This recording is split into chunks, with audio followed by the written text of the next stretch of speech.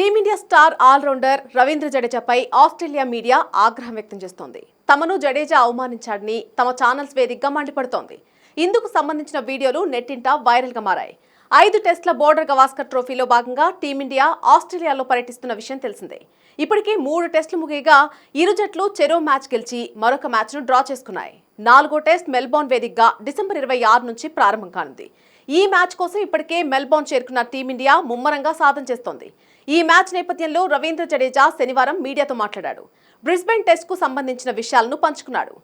ఈ మీడియా సమావేశంలో జడేజా హిందీలోనే మాట్లాడాడు.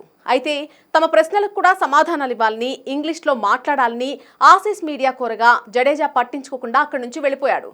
సాధారణంగా జడేజా పోస్ట్ మ్యాచ్ ప్రెజెంటేషన్స్లో హిందీలోనే మాట్లాడుతూ ఉంటాడు. ఇంగ్లీష్ ఎక్కువగా మాట్లాడు. టీమిండియా మేనేజర్ కూడా మీడియా సమావేశానికి ముందు హిందీలో మాత్రమే మాట్లాడతాడని స్పష్టం చేశాడు. కానీ ఆసీస్ మీడియా తమ ప్రశ్నలకు బదులివ్వాలని డిమాండ్ చేసింది.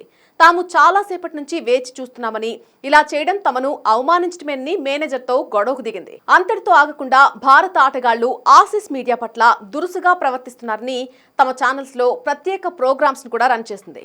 విమానాశ్రయంలో విరాట్ కోహ్లీ మహిళా జర్నలిస్ట్తో వాగ్వాదానికి దిగాడని, తాజాగా జడేజా ఆసీస్ మీడియా ప్రతినిధులను అవమానించాడని మండిపడింది.